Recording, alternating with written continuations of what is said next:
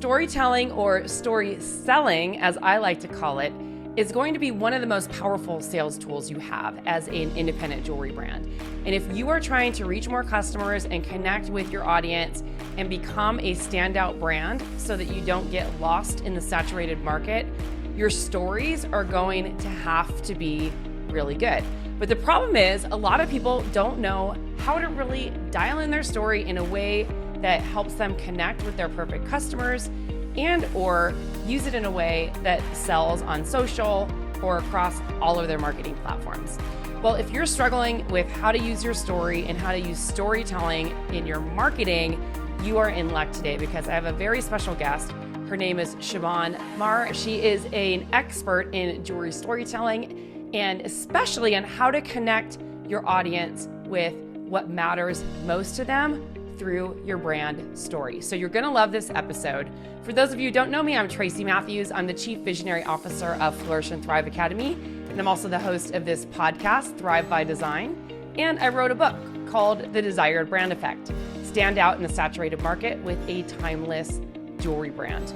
And I help independent jewelry makers and designers grow their brands to multiple 6 and 7 figures using my methodology called the Desired Brand Effect without feeling overwhelmed, having to sell out and never see their kids again or spend all their time on social media. So if you want to get more impact out of your marketing, make sure that you follow me on this channel, you like this video, and you click that little notification bell so that you don't miss an episode. Let's dive in to today's show with Siobhan Maher.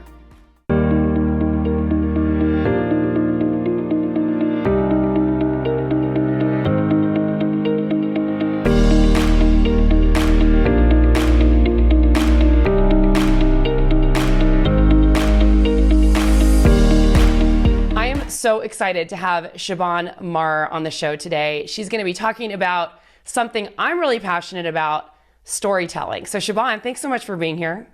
Thank you. Thank you so much for having me. I'm excited to have you here for a lot of reasons. I can't even remember where I first found out about you. I'm sure it was another podcast or something like that. Do you remember how we connected? I want to say Instagram. Yeah, we connected on Instagram for sure. But I feel like I saw you somewhere and so I reached out. I can't remember. Anyway, all good. But your Instagram title is jewelry storytelling. So I was like, oh my gosh, I have to have her on the podcast, of course. And then we spoke and some time passed because we were busy or whatever. And now you're here. So I'm excited to chat, have this conversation with you. So I'm just interested to get to know a little bit more about you and your background. Why don't you share with us a little bit more about your journey and how you got here? Yeah, of course. So jewelry storytelling now, the business I have now, is kind of about 2.5 years in. And it's really the point in my journey that's kind of brought together what I would say that the two kind of main pillars of my life experience. So I've got an English degree and I did copywriting kind of throughout and after my English degree. But it was all very corporate. And I was a kind of evening class jeweler throughout my uni course. So, sort of doing the silver, at the bench, loved it. And I was just desperate to get in the jewelry industry. And I finally had to accept, I've got to go and do this properly if I'm going to get into this industry. So I went back to uni. I got properly trained, so I'm a bench trained jewelry designer. Worked as a designer, as a fine jewelry designer for a big manufacturer here in the UK for about 10 years. But the kind of storytelling side of my background with the English degree was kind of always there from the off. Like, all of my designs were always proposed with, the story behind them. And this is kind of 13 more years ago. It wasn't the buzzword that it is now. But it was my USP that it wasn't just kind of an engagement ring or a range that I did. It always had a story behind it. I've worked on the shop floor and I know what you need to sell jewelry. And it's the stories behind it. So I'd always picture it that way. And over the course of my career, it kind of turned into as big a part of what I did as the actual designs and the product I was pitching. So when the time came for my next move to kind of strike out on my own, it had to be storytelling. And that's, as you can tell from the name of my business, it's at the core of what I do. So quick question for you. You had a product range and you sold it, or were you designing for a store?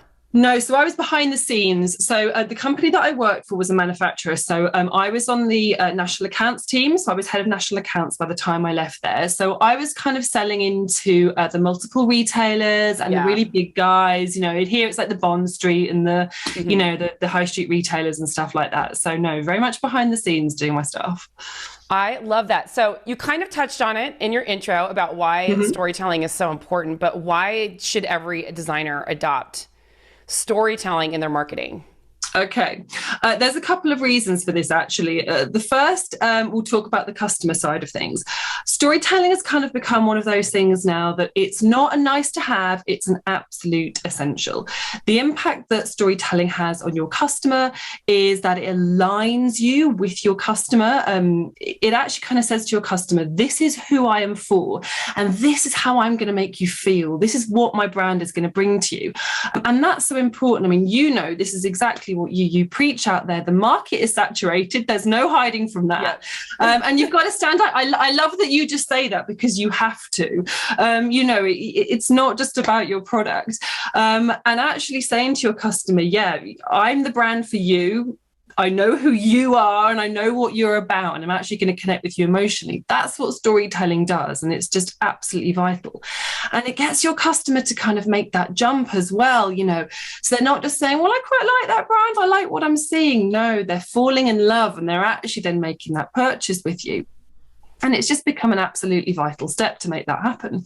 But also from a business owner point of view, and this is kind of the secret bit of storytelling, the secret added bonus of getting your storytelling sorted, is all of those things in your business that feel really hard and feel really difficult to do.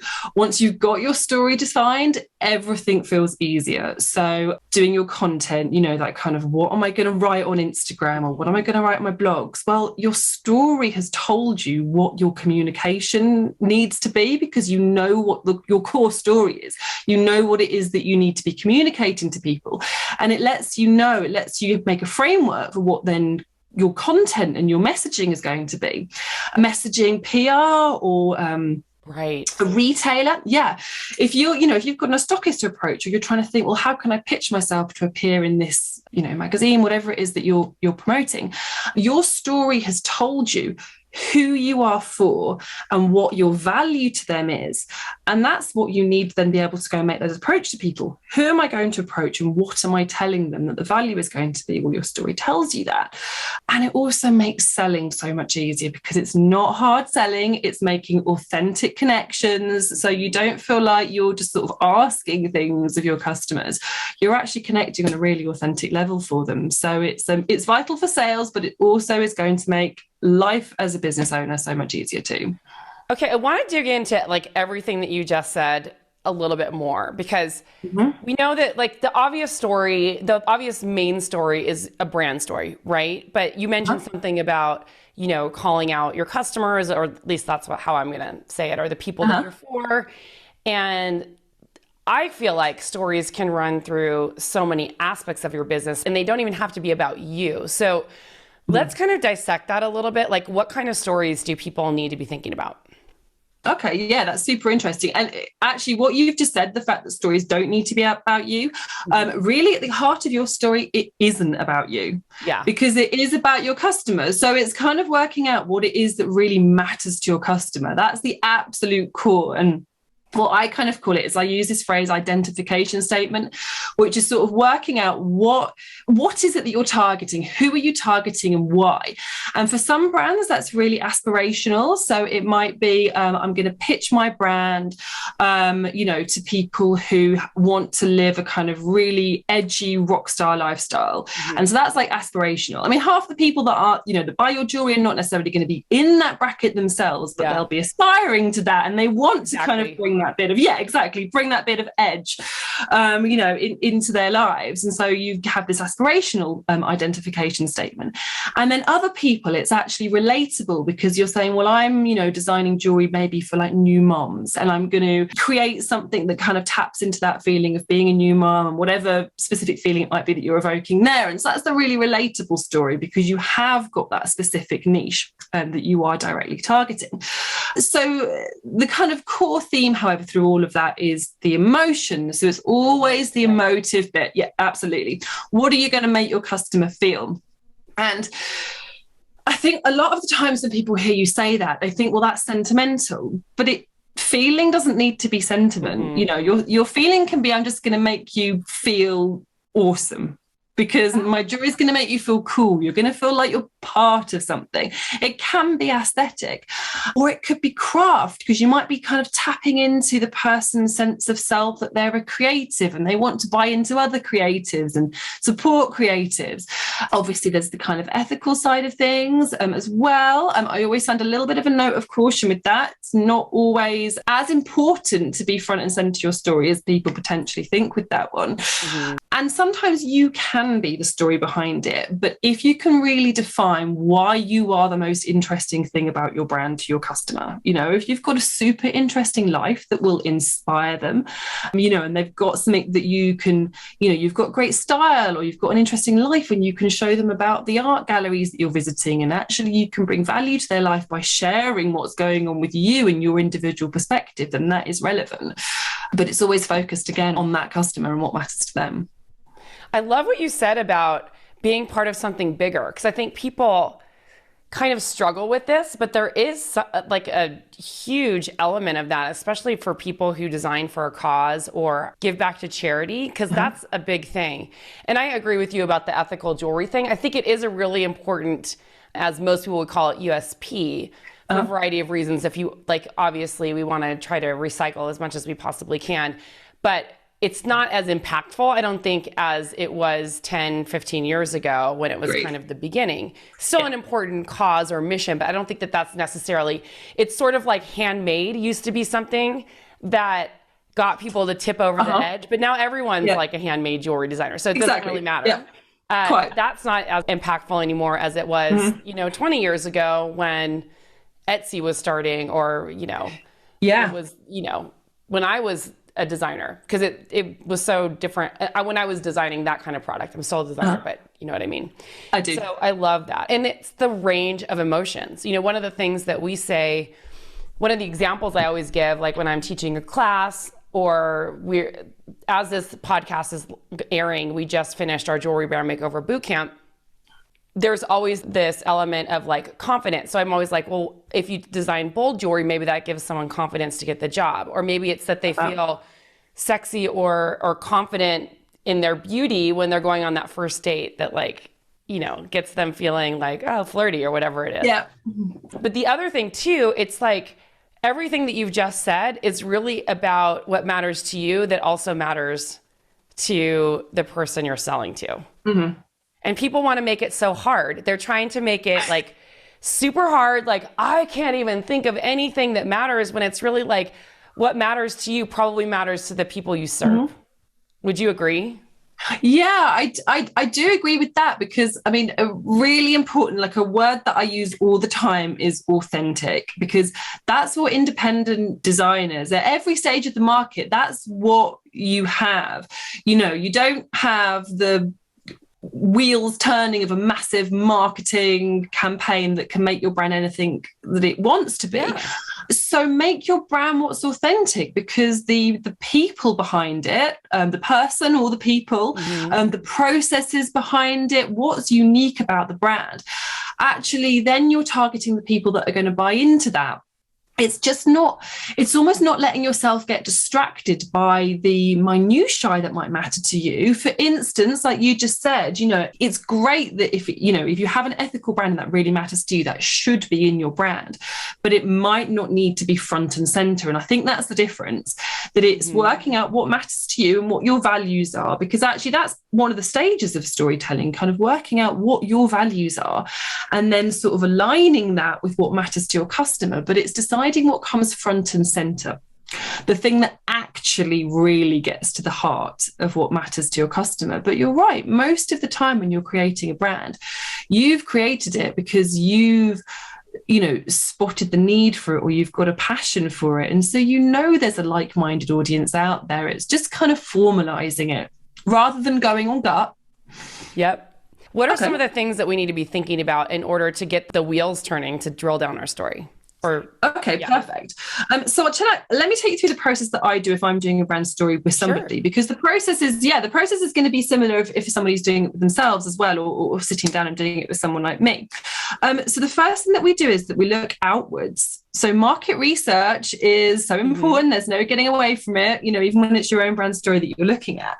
What are your audience? Who do you share an audience with? What are they talking about? What are they responding to?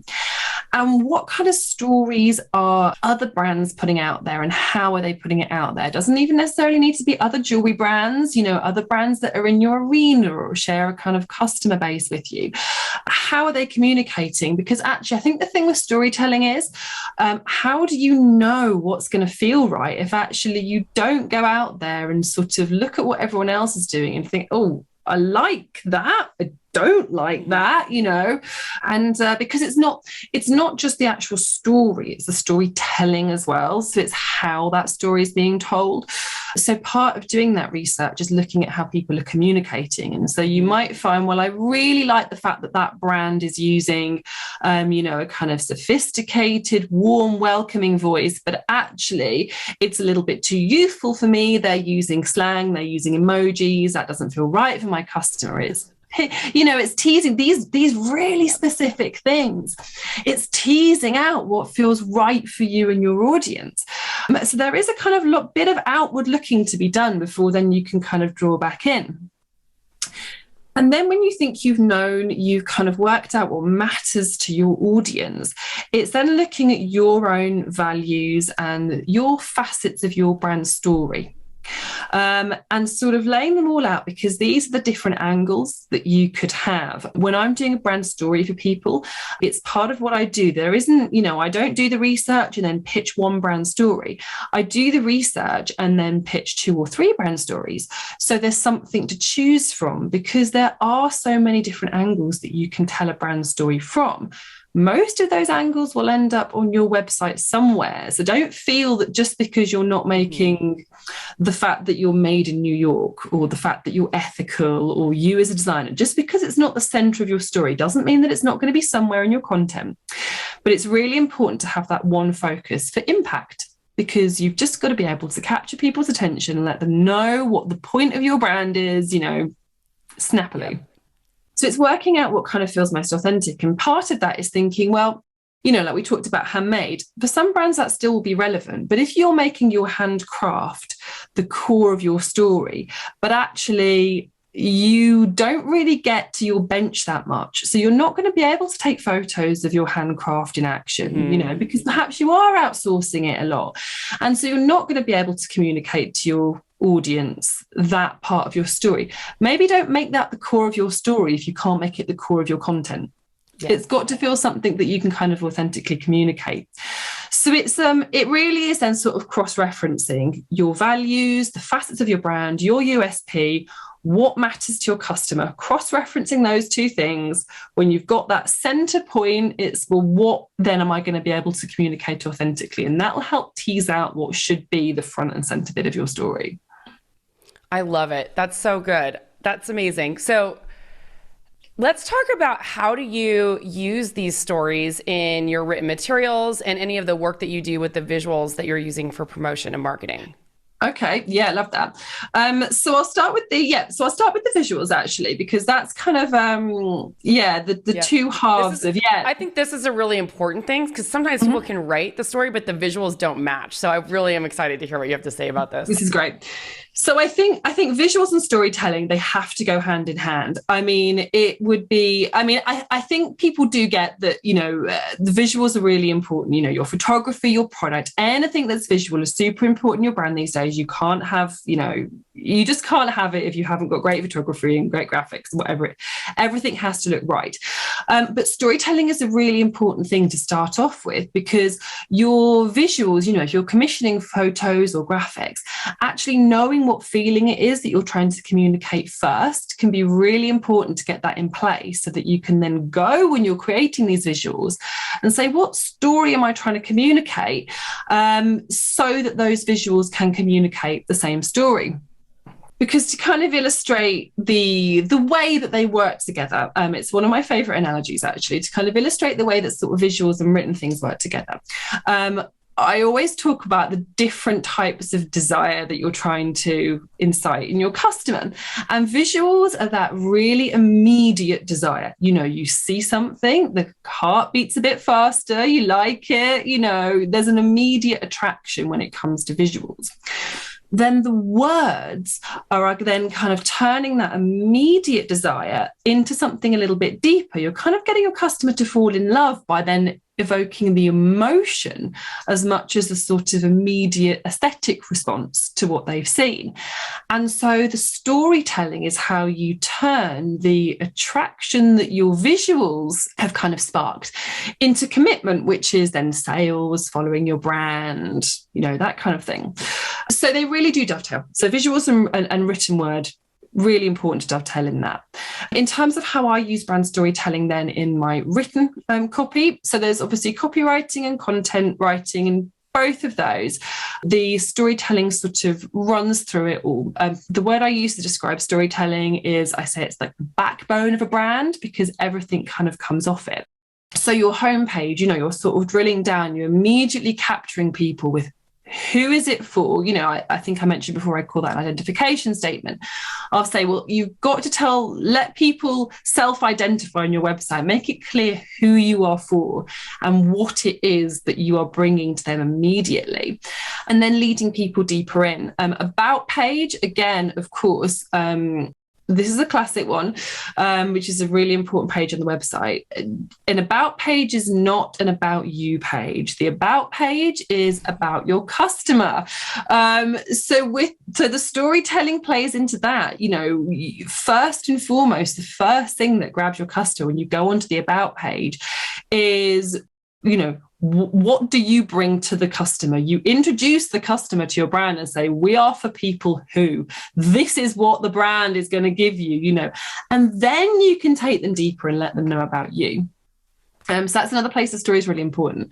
And content. Can I stop you right there? I love that you said that, because like the number one piece of feedback I give to designers is like, no one really cares about your GIA certification and your 10, 20 years of school and that you have a master's in fine arts. They really don't care about that.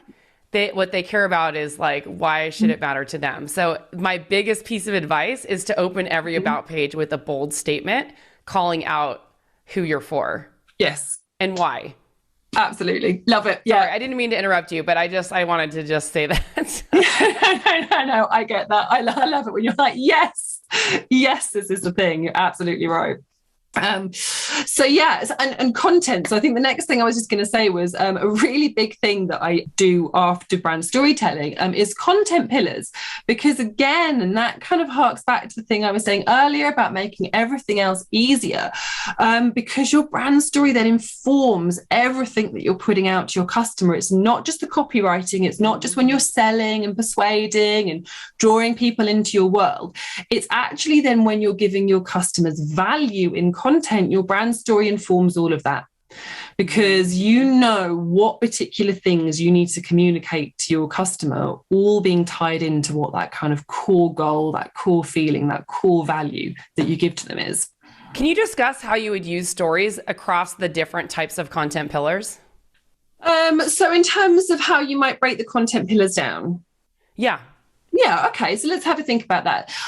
So let's say that your story for your brand is that it's going to be travel jewelry. So it's jewelry that's inspired by travel. So your designs all come from the fact that you as a designer are a super keen traveler. But of course, because you've made this about your customer, you've chosen a story that's really focused on them. So you've said, right, I'm targeting keen travelers. So I'm making jewelry that can be traveled in. It can be slept in, it can do layovers in, and 12-hour plane. This is what I'm targeting. So your content pillars might then be product. So you might, and that's a key pillar, because Of course, your content pillars are not all for sales. Most of your content pillars are for providing value, but you do need to sell. You can't avoid that. That's, you'll know that that's one of the things that people often shy away from. So you need the pillar where you're actually showing off what you do, and you can actually, sell and show what you do. So you've got your product content pillar, and you can talk about your product there and show it off. And then it would make sense to have a travel pillar. And that might be tips from the road. It might be inspiring pictures of the places that you've been, or obviously, user-generated content can be something for that if you've got kind of your community, because that would be another one. So in terms of the purpose that it's having, it's entertaining, but it's community building. Then you might decide, right, well, actually, my customer, they love travel, but they're stylish travelers, hence the reason why they want jewelry they can travel in. So we'll have a styling pillar, but because we're a travel brand, it's all going to be about travel style. So, it's kind of like capsule wardrobes, capsule jewelry wardrobes, that kind of thing. Then you might think, well, I do, and that's sort of an education pillar as well, but it's entertainment. You might, depending on how your pieces are made, want to have some kind of like handmade pillar, if it is about the craft. If not, it then might be a you pillar. So actually, you as a designer are interesting enough that your audience want to see your sketchbook, on the tray table in front of you. They want to see the fact that you've, sort of been sat on the ground in front of the Eiffel Tower sketching because you were just overcome by inspiration and had to design there and then. So it might be the really, really personal pillar showing the people behind it. And so on, because you use 3 to 5 pillars or more, but, there's some examples of what you would do. And each and every one of them kind of reinforces that brand story, but does something slightly different on the customer journey with it. I love that. That's so great. And that's a great example because it's a specific niche. And I think one thing that I would add to that is like how to travel with your jewelry would be a great just like value add post. Perfect. Because that, like a lot of people, how many people have gone somewhere and then they show up, all the necklaces are tangled, which is so Yeah, absolutely that. And perfect education and relevant. Yeah, that's a great example. So why does storytelling make everything in your business easier? Okay. It's because it defines it all for you. And it's the very nature of storytelling is that you have got to get it down, snappy. It's so tempting when you're writing out your brand story to think, well, what, everything that I want to tell people about where it's made, how it's made, who made it, who designed it, what's inspired by, what purpose is it for? But that's not your brand story. That's just everything there is to know about your brand. That's all the information there is to know about your brand. And you might have that somewhere in your content, but that's not your brand story. Your brand story is that super defined and super specific narrative that says, this is who I am aligning my brand with. This is who I'm for. This is what I'm about. This is the value I give to them. And when you've got that, it's like the clouds have parted because you're not, trying to pull in too many different threads, which is where you get inconsistency. You're not trying to work out what message it is that you're trying to send. You know what your core message is. And so with every piece of content, every kind of communication, is this relevant? Is this magazine that I'm pitching to actually relevant for my story? Because of course you're not getting anywhere if you're sort of pitching something that's not. But the moment you kind of go, for instance, let's continue with our travel jewelry. Once you decided that was your niche, then that's your pitch. You can, email Condé Nast Traveler or travel magazines as well as fashion magazines and say, I have jewelry that's for traveling in, because you know who you're talking to and you know what your value is. And obviously you've kind of got the emotion connected to that. So you can sort of say to the people that you're pitching, say to the, airline boutique, this is what I will bring to you. This is the value my brand brings to you. So it just makes everything so much less kind of blank page syndrome, because you know where you're starting, that you can build it from. And you don't feel like you're asking people for favors when you're selling, because you have a genuine value to them and it's connecting. It's a genuine connection because it's like-minded, it's community. It's based on something really lovely, how you're going to make people feel. So wonderful. So I just have one final question. What are some of the hallmarks of good brand storytelling? Like, how do you make it effective, get to the point, and make sure that you've covered everything that needs to be in there? Okay, love that. Well, first of all, hallmark of good brand storytelling, which I think we've probably made this point by now, customer centric. What matters to your customer. So I think we've probably got that. Consistent is really important when it comes to your brand story. So you've worked out what matters to your customer and you know what your kind of key angle is going to be. Tell the same story across your platforms, your Instagram, your Facebook, your website. They all need to be telling the same story. I think I touched upon earlier that you can, there's going to be other places on your website that you can have all those different facets. So FAQs, your evergreen content, there's blogs, there's loads of places that you can tell other bits of your story because it does matter. But your core story has got to be the same across all of your platforms. And your story and your storytelling also need to be consistent. So the story that you're telling needs to dovetail with how you tell it. So your language needs to be appropriate for the story that you're telling and the audience that you're telling as well. So it's your touch points, everything's telling the same story. Specific, again, we touched on that. You've got to have a front and center of your story. You can't include everything. It's got to be specific. And then finally, it's got to be authentic. Customers know, and if a story isn't the one that you really want to tell, and you'll struggle to tell it yourself if it's not. So authentic and emotive. Yeah. Tap into an emotion, tap into a feeling. Absolutely. That was amazing, Siobhan. Thank you so much for being here today. Where can everyone find you?